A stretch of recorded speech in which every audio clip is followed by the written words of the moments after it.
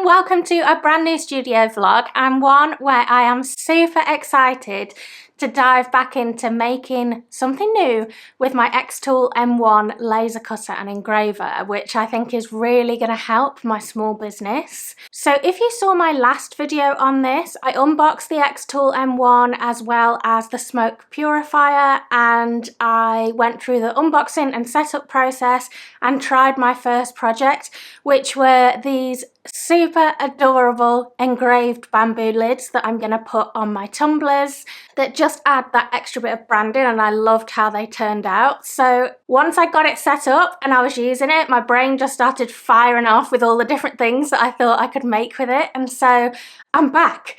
But this time it's actually not for a product. I want to try and make some product stands and displays. So if this is the first time you've come across my channel, my name is Emma and I run Sunshine Lane, which is a stationery and gift business all about spreading positivity and encouraging self-care. And I sell a variety of products, from enamel pins, stickers, key rings, art prints, journals, notepads, tote bags, ceramic ornaments. There's all sorts on my shop. And so deciding how to display these different types of products at events can be a big challenge, and it has been a challenge for me in the past. Now, I have been through lots of different types of product displays over the years, some handmade, some purchased, and the types of places I display my products are at markets and events, where I will be manning a stand, in retailers. So I have stockists that sell my products for me in their stores, and I provide some of the displays for that. And then I have started attending trade shows and finding kind of the right displays, the right size displays for your different size products.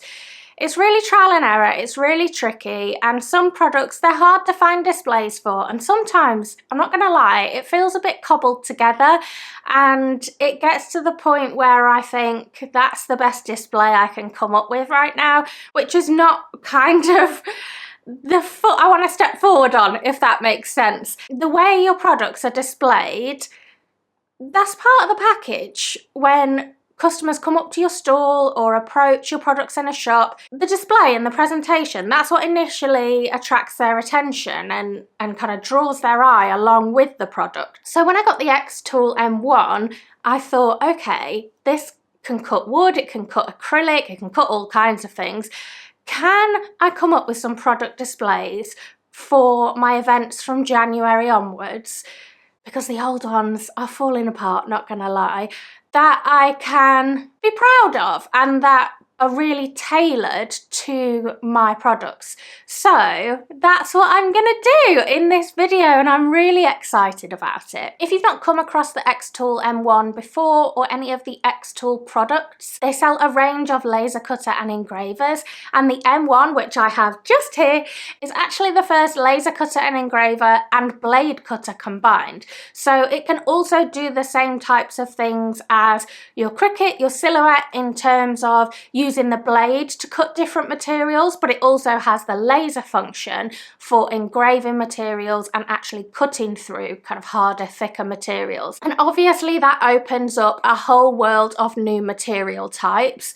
For me, I'm going to be looking at wood and acrylic in this video, but there really is a whole range, and I run through that in my introduction to the machine. So like I said, I'm going to link that below for you.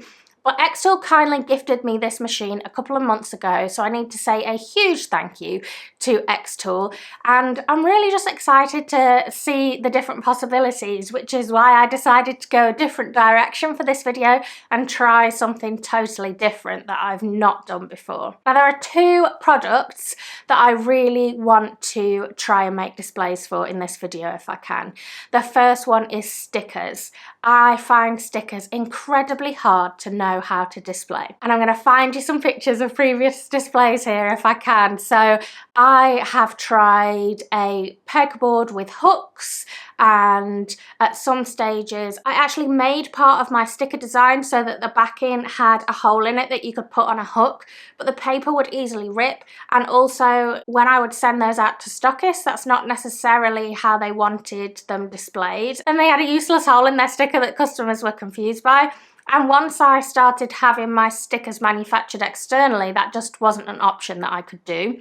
I also tried sticking kind of plastic hooks onto the back of the stickers, but customers don't really want to receive stickers like that. And also, I really try and stay away from using plastic where possible, so I wasn't really very happy with that solution. At my most recent event, I actually took a display that I'd previously used for enamel pins, and it had little wooden ledges, and guaranteed every time someone even touched the display, it would wobble slightly and all the stickers would launch off the front because there was a tiny little lip at the front, but it just wasn't high enough to actually catch the stickers if they fell forward. But equally, I didn't want to cover the design of the stickers.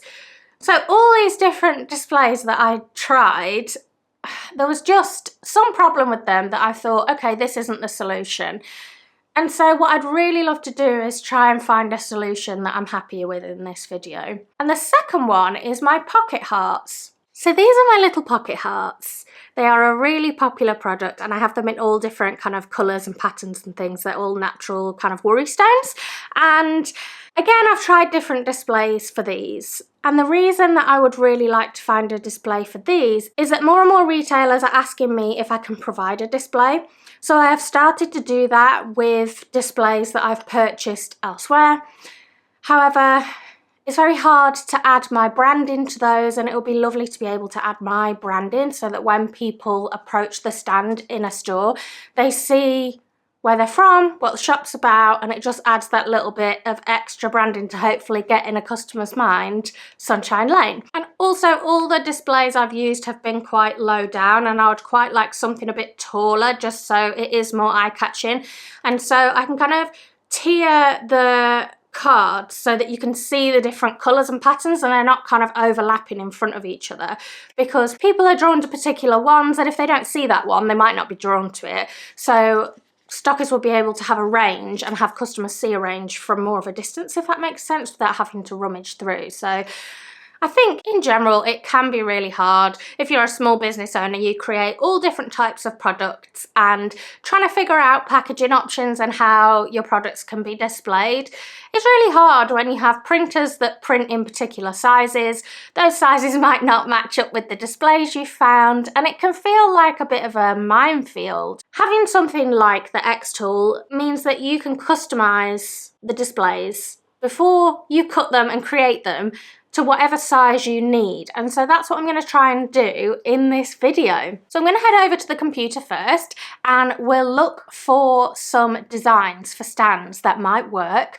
before we think about tweaking them to fit our particular need. So let's go and do that now. So if we open xTool Creative Space, you can see some of the new and popular designs that have been added here.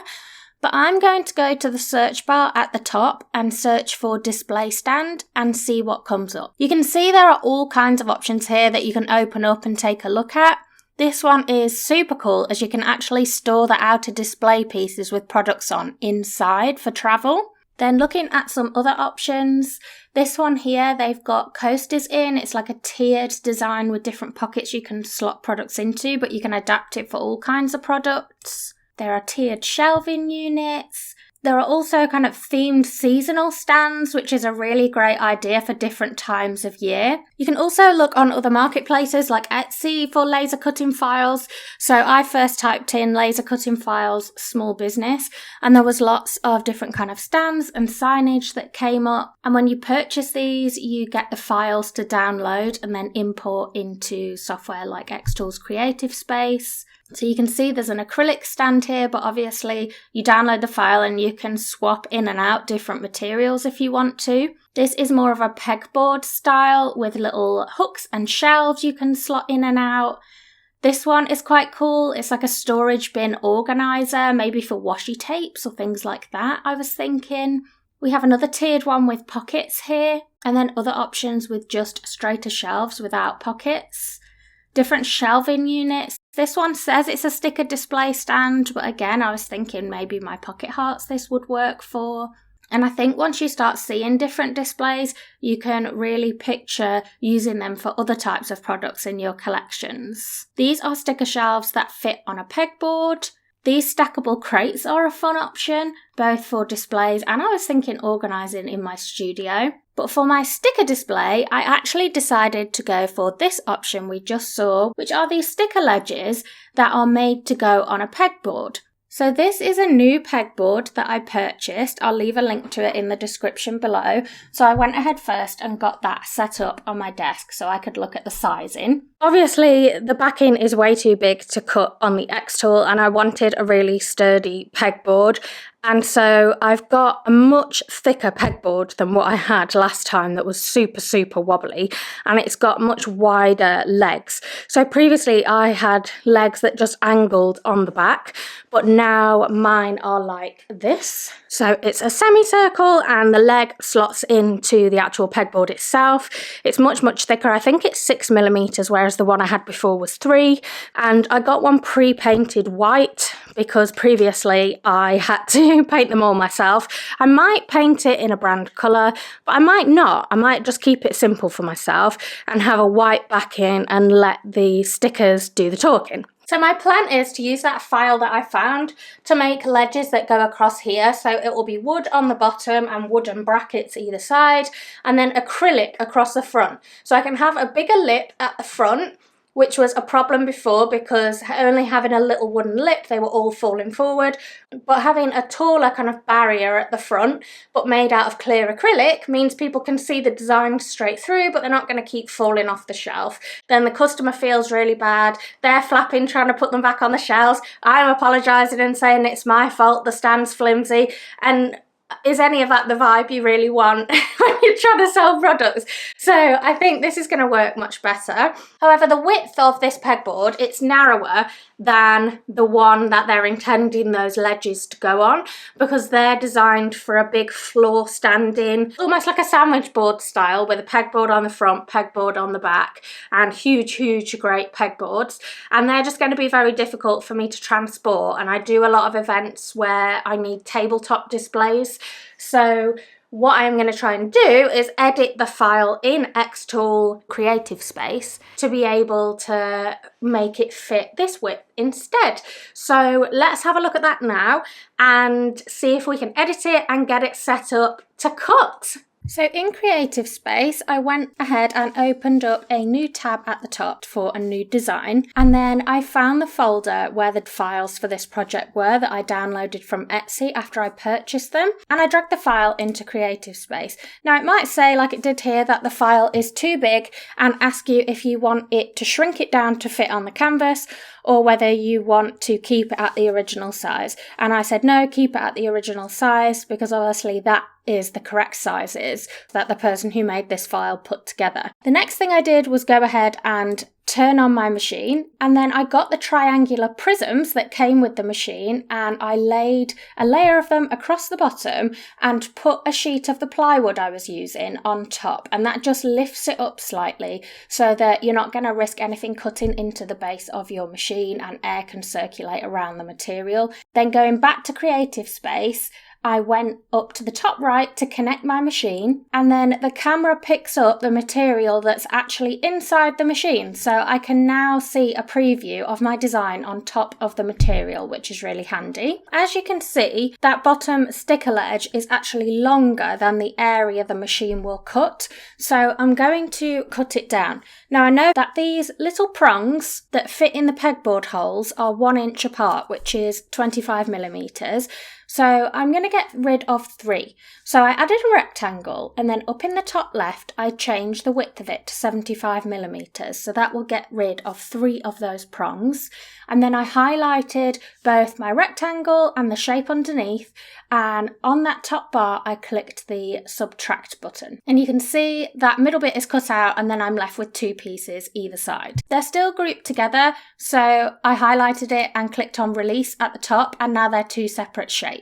Now I know that I've got rid of 75mm, so I clicked on the shape on the right, and then these X and Y coordinates at the top relate to where they appear on the canvas. So I took 75mm off this measurement and then typed that in, and then it puts them next to each other. And then I just got rid of an extra 0.01 millimeter, just so these shapes now overlap ever so slightly so that I could highlight them both and weld the shapes together. So we've now got one complete shape ready to be cut. And then the other thing I need to drag into Creative Space are the little brackets that go either side that hold the shelf in place. So I went back to my files that I downloaded and I dragged that straight into Creative Space, and it gave me 2 brackets ready to be cut out. Then it was time to get everything set up ready to cut. So in the top right, I selected the material was 3mm plywood and it was already set to cut. So I just positioned the files where I wanted them to be cut out on the actual plywood. And then in the bottom right, I clicked Go to Process. This gives you a little preview of how the shapes are going to be cut and in what order, and I was happy with that, so I just clicked Start, and it will then tell you that it's ready if you want to go ahead and press the button on the front of the machine. So before I did that, I just turned on my smoke purifier, which I have underneath and connected up to my machine. I reviewed this in my last video and I'll leave a link to that below. And then I hit go on my machine and watched it start to cut the wood, which is always very exciting. And you can see it cut the shapes as I'd got everything set up in Creative Space. So I had my shelf and then my 2 brackets. So once that was finished, I went ahead and took that out of the machine. And this is what was left of the wood that I can put back in and use again. And this is my bottom piece and my 2 brackets. So I've got my pieces now. So essentially what I did was remove those 3 holes. So this is going to be my base, which runs along here. I'm not going to try it on yet. And then these are my brackets on the side. Obviously I haven't done the acrylic front yet, but I just want to see if these fit first. So this is the moment of truth. I also believe this pegboard is thicker than the one they recommend. So I'm holding my breath and I'm hoping that these fit, and in theory there should be 1 empty hole either side and this should all fit in the rest of the holes. So let's try and fit the brackets and fit the actual base. So let's try it up here. The instructions are saying to put this bit in at a 90-degree angle and then swing down. Oh no, I think we're going to have a problem because no, we're fine. So the problem I'm kind of having where it's a little bit tight is this hook needs to kind of hook out the back, and obviously this is slightly thicker than intended. But if I can get that in better than it was, then these should just put, the wood has split. Yeah, so because it's not quite long enough, we've got a split here now. So what I could do with is making this slightly longer to account for the fact that this is slightly thicker, because the hook has gone. However, the rest of it fits beautifully. So I'm gonna do the other one anyway. We'll amend the brackets, because this is the thing, you can keep amending your design, so that's great.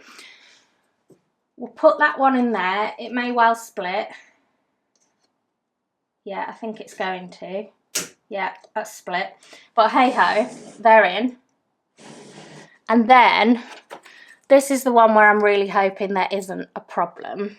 So these slots here should fit into that slot there. And then this bit's for the acrylic. I'm sure I've done that right. Yeah, so. Oh, it does fit. But I've shortened it too much. So actually, I wonder if I needed to have edited it at all. Okay, I see what's happened here. Okay, so I needed to edit this to make it shorter because that's the full width that the xTool would fit. So I can't cut any wider on the base. So actually, it's going to be shorter than the pegboard. So perhaps if I put that on the end.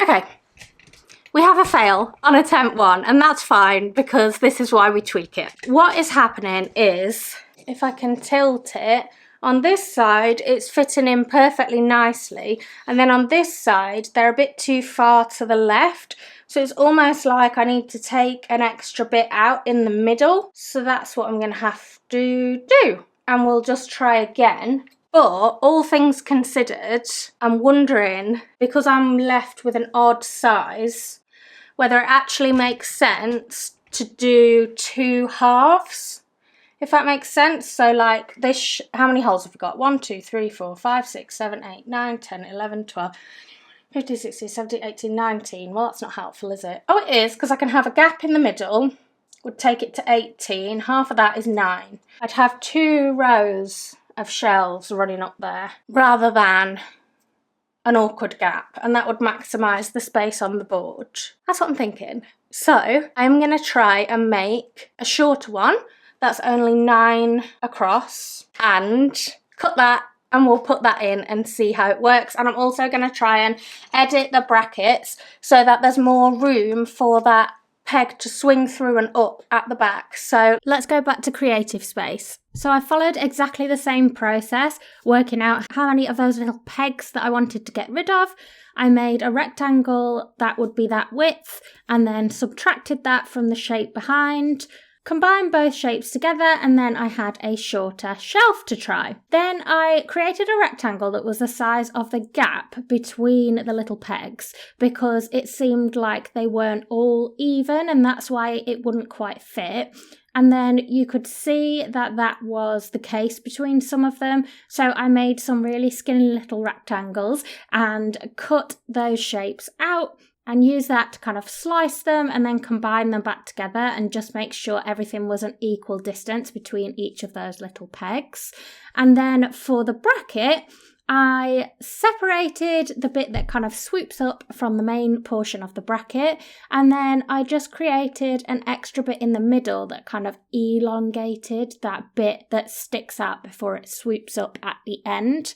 And I joined all the pieces together to create the new bracket, and then just copied and pasted it so that I had 2 of them. And then you can see where the pieces were cut back out last time because I put my plywood back in the machine, and so I just positioned the new pieces I wanted cut on bits of wood that were still available for cutting, and started the process all again and watch the machine cut out my new shapes. Okay, I've got new pieces. So we've got a shorter shelf piece, and the brackets have got a longer bit here before it curves up.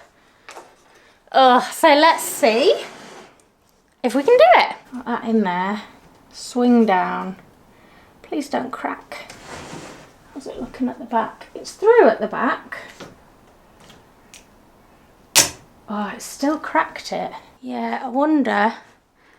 It's cracked it like here again. I just wonder if this is too thick. If I can make that slightly thinner, then this is coming out the back perfectly now. But let's just put it in regardless. So we've got one in there, and then it's gonna be this one. That's not, I've made it too long still. So I counted before it was gonna be 9 holes across. So I've counted these, 1, 2, 3, 4, blah, blah, blah. But I should have taken one off for this and this, and then it should be 1, 2, 3, 4, 5, 6, 7, and not have the end 2. But let's just see if it fits in first. I can see already, I don't think it's going to. Let's have a look. Oh no, oh, am I wrong? So in the holes, in the holes, in the holes. It's actually perfect. And then the acrylic piece will go in there, and then I think you can stack about 10 stickers or so in each one, which is all I normally display, or even less, and they'll stand upright really nicely. So all I need to do now is shorten it again by 2 holes, because that was human error, make that bit a bit thinner, and we'll come back and try again. 3rd time's a charm. Let's have a look. Okay, moment of truth now. 3rd time lucky. The brackets with a much thinner kind of swoop up through the hole, and I've got a shorter shelf. So let's see if they fit. It is going to snap. I can see where the pressure is being put on the wood actually now is there. So if I can make that higher so that when I lever it down, it's not pressuring so much on that angle, we should be there on these, but they're not snapping.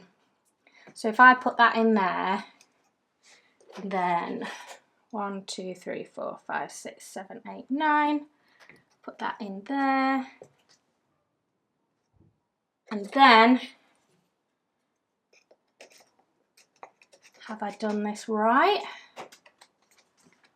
Oh. Perfect, perfect. So I can have another one there, and I can have 2 neat rows of shelves that look much more professional. So now it's time to move on to the acrylic front piece and also the acrylic dividers so that you can put a divider between each sticker if you want to. I'm going to try and print some, but I may or may not use them, to be honest, because these aren't super long shelves now. So let's see. Back to the drawing board. I'm going to do the same process again, import the files for the acrylic front, shorten it so it's this width, and try cutting a different material. So I opened up a new tab in Creative Space and I set the materials first of all. However, when I opened the materials, I couldn't see a clear acrylic in there, so I just searched for acrylic and I guessed the nearest would be white, so that's what I selected. Then I dragged in the dividers and the front piece, and then I followed the same process of creating a rectangle that would slice this front piece and cut it down to the same size that I'd reduced the underneath shelf to. And then I also thought I would just cut one of the actual divider pieces to see what they were like. So I positioned my shapes on the canvas, I put my acrylic in the machine, I made sure the pieces were set to cut on the right hand side, and then I clicked go to process and start. And then I waited for my machine to cut out the acrylic. However, when I opened the machine when it was done, I could see we definitely had a problem. So I've gone to cut the clear acrylic and there's actually a bit of a problem, and it's something that I really want to talk through with you because it is crucial in deciding which cutting machine is the right one for you. Now, I knew that the M1 could cut acrylic, and so as far as I knew, it cuts acrylic no problem. However, it only cuts opaque acrylic, and darker colours are better. And so clear acrylic isn't going to work with this machine. So I'm going to tell you why, tell you what you can do instead, and we're going to do an alternate for this project. So when you're looking at laser cutting machines, there are 2 types of lasers. There are diode lasers and CO2 lasers. The M1 is a diode laser. And what this means is it's using the kind of light of the laser. This is my unscientific scientific explanation. It's using the light of the laser to kind of burn through, and it's something to do with the depth of it. Like the light bounces down, and then depending on the depth that it hits the material, it knows where to cut and how deep to cut, I believe.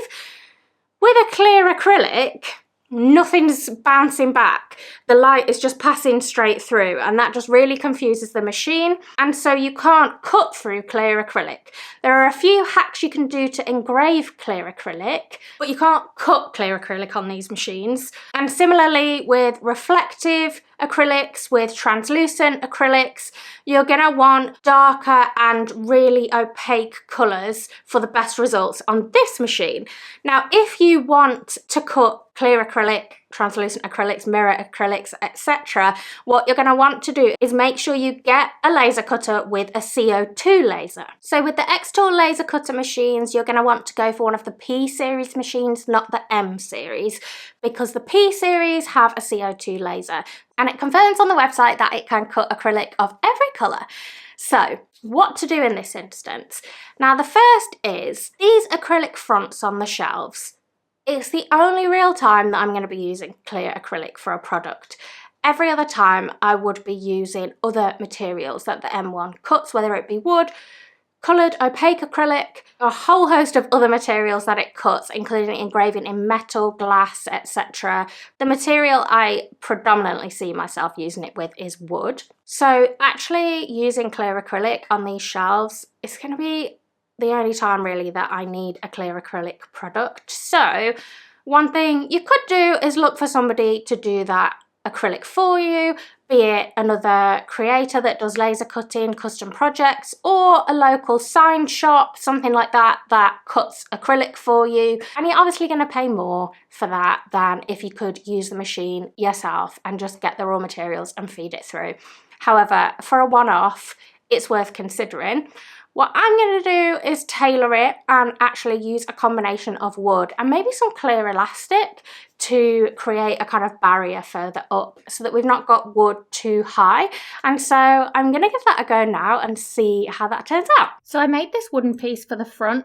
Again, the same process really, using the same template that was meant to be for the front acrylic piece and using a rectangle to cut away everything except for this little border of wood. And then I popped it through those slots on the side. So that created a little lip at the front, and then I got just some clear elastic and I tied that around halfway up to create a kind of clear elastic barrier at the front. Okay, so you can see now, I hope, that I have my thin wooden ledge at the front. So this acts as a lip, so these stickers aren't going to pull forward at all. But then I've just got clear elastic running across here that I've tied here and here. And you can see that these now can't fall forward, but it doesn't obscure the view. So without the elastic across, this is what it looks like with the little lip at the front. And I'm actually really happy with this because the wood is a lot cheaper than the acrylic. And I've now realised that I can use this for so many things. So for example, we can use it for art prints or postcards. They can sit up there. We can use it for my bookmarks, my little magnetic bookmarks. They can go in a row on there. We can also use it for my enamel pins. I'm always looking for new ways to display my enamel pins and have them kind of raised off the table and at eye level. Also my pocket hearts, like I said before. So we can maybe fit 3 on each of these because these cards are the same size. I've also got my key rings.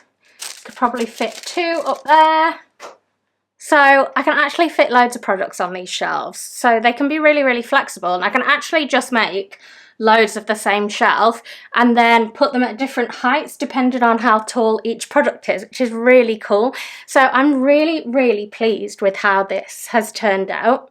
And you could, of course, if you wanted to, make a shelf that sits higher up and it's a kind of taller pocket if you don't want to run that risk of things falling forward. But equally, you can put the clear elastic on for any of these products and it's not going to block the view. So I am super happy with my workaround, actually.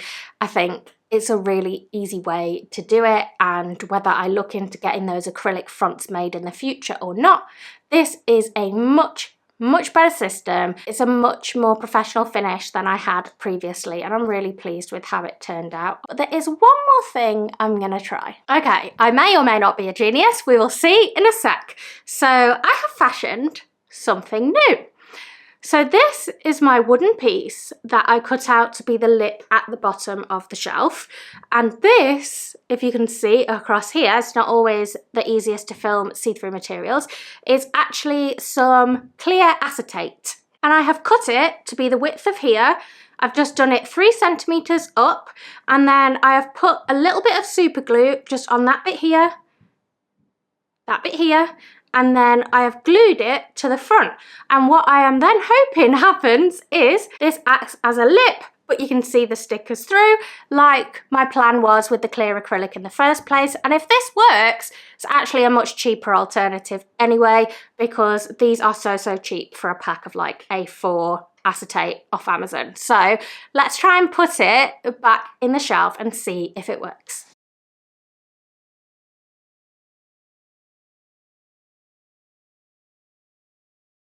So it is in, and we have our narrow little clear strip at the front here, which I'm realising I should have pulled tighter as I glued it because there is a little bit of give in it. However, I don't think that's an issue, especially not for just a tester. But if I pop these in now,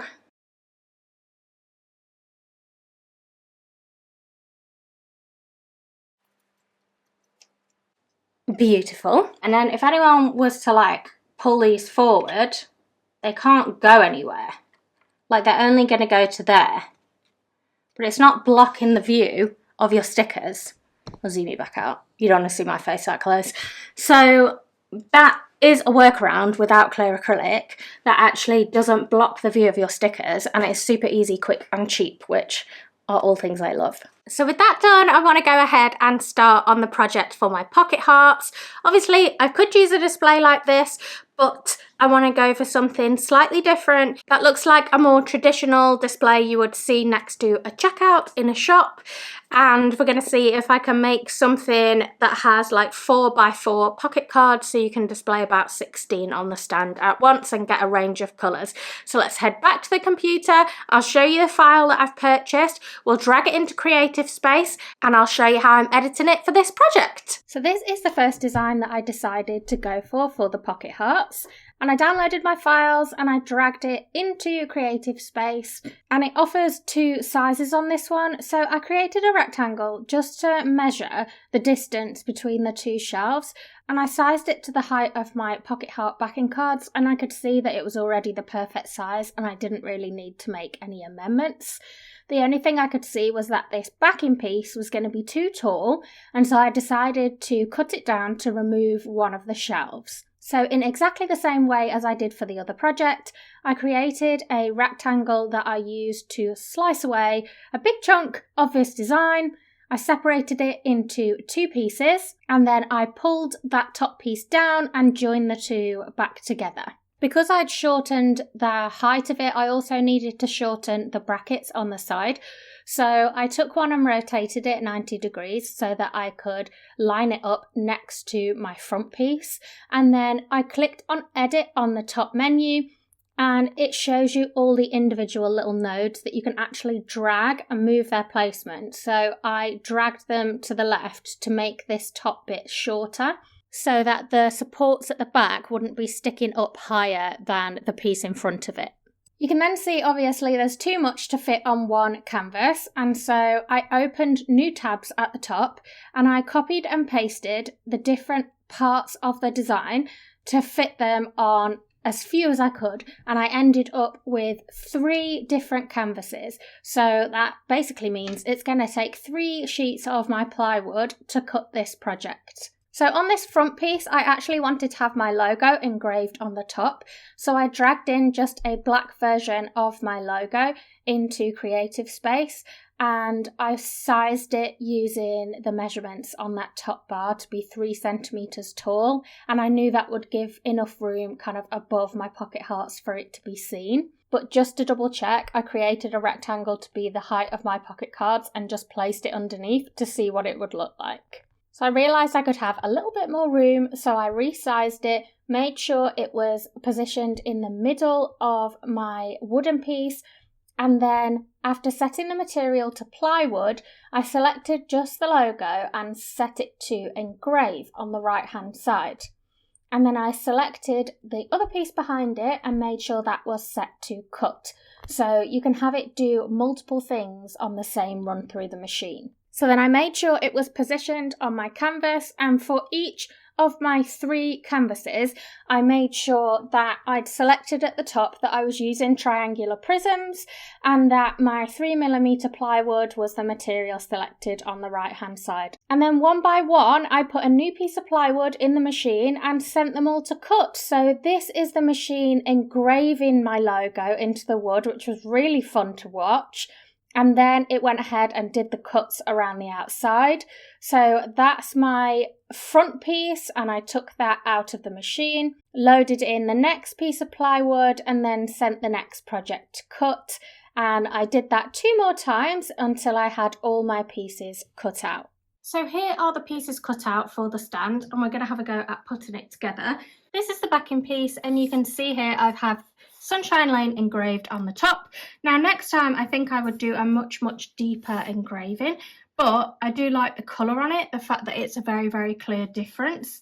I think I would just do it a lot deeper because it's barely taken off the surface, but I'm pretty happy with that. So let's have a go at actually slotting all the pieces together and seeing if it works.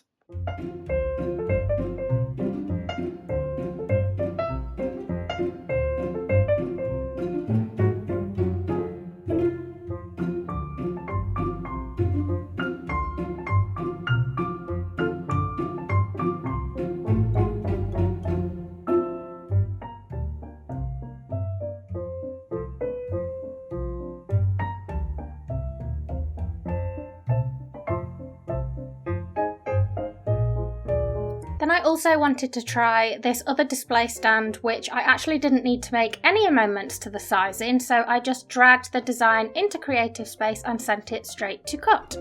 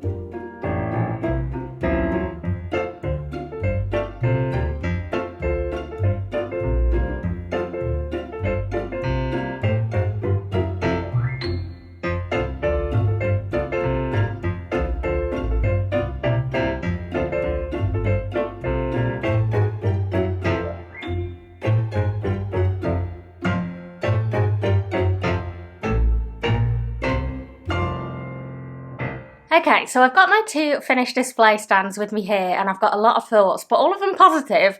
I'm really pleased with the two different ones that I have managed to make, and they've given me different ideas for the future.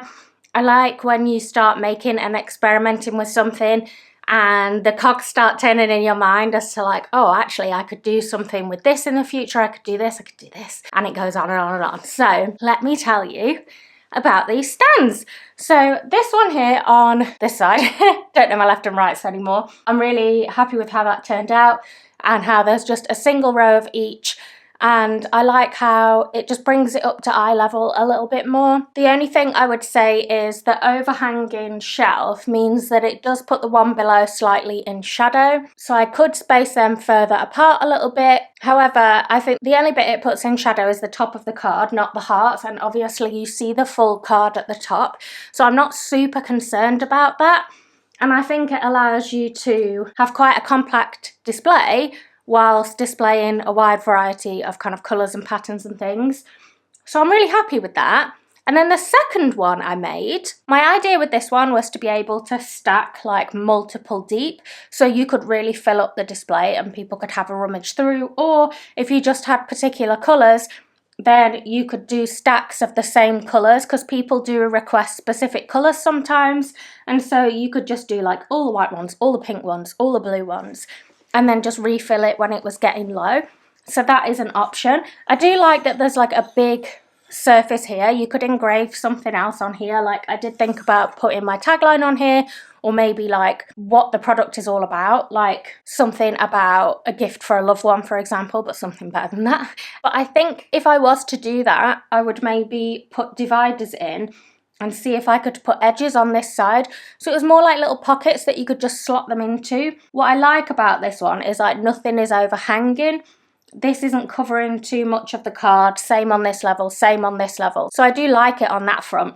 But I think these are perhaps too deep for the pocket hearts, so I'd make it thinner and see if I could put little dividers in. But all in all, I'm super happy with these, and what I love is that you saw a little bit of how I slotted them together, and they took no time at all. I'd probably do a little video that I could message to stockists like, here's how you put it together, quick guide, and I can send it flat in the post. This wood is super lightweight, and it's not going to add to postage costs or mean that I have to send a big bulky item, which is something I want to avoid. It's just really, really handy. And obviously if I'm going to and from events, I don't have to pack big bulky stands, because I can just have a little wallet that I slip the pieces of wood in that all go together.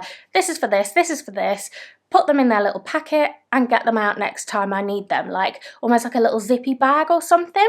So I just think they're super versatile, and there's so many of these different designs and things you can do with them. I'm just excited to experiment more, if I'm honest. I have my trade shows in January, and it's something that I want to keep practicing and honing until I've got a whole bunch of displays I'm really, really happy with. I'll probably spray them or have a combination of kind of plain wood, untreated, unpainted, and then painted. But the other thing is obviously you can mix in coloured acrylics and things just as long as they're opaque. So I think you can tell I'm super excited by the things that I have created in this video. I feel a little bit like the world is my oyster, which feels like an exaggeration, but also not, because my brain is whirring with ideas. I just love the versatility of the things that you can create. You saw how I took a design of a stand and multiple times edited it to tweak the design to fit exactly what I wanted. And I think that is what is so good about this, is that you can really tailor it to your unique situation, your unique products, and how you want it to be. And you just don't get that when you're trying to get cost-effective display stands from retailers or other makers. And to get another maker to make you something custom often costs a lot of money, which small businesses are just priced out of that option. So this is a way that not only can you make products, but you can even make the displays to display them on. It's just an all-in-one solution, which I'm super happy with. So I want to thank again xTool for sending me the M1 to have a play with and to see how I can use it to improve my business. I do have another video in the works in this series, and I am so excited about it. I'm honestly so excited about it because I am going to try and create a product that I have never seen on the market before.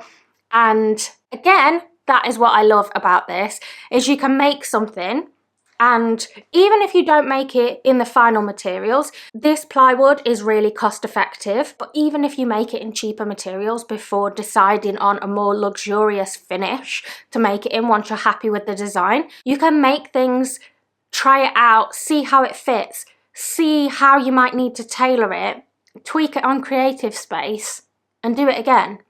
If you had a stand custom made for you, if you could afford it, and then it arrived and you realised you'd overlooked something, or it didn't quite fit what you wanted, or, oh, if only I'd have asked for this other thing, you'd be so disappointed. But now you don't have to do that because you can just do it yourself.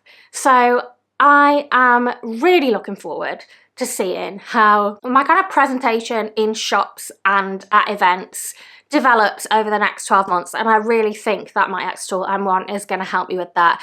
So make sure you like the video if you enjoyed seeing my experiments, and subscribe if you're not a subscriber already, because I don't want you to miss out on my upcoming video. As a little clue to what the new product is that I want to try and make, it actually relates to an item I sell a lot of, which is one of my favourite items to make, so I'm just going to leave it there. Any guesses in the comments are always welcome, and don't forget I release videos every week on my channel, which are behind the scenes vlogs of me running my business and also tutorials related to all small business life. So until next week's video, take care of yourself and I'll see you then.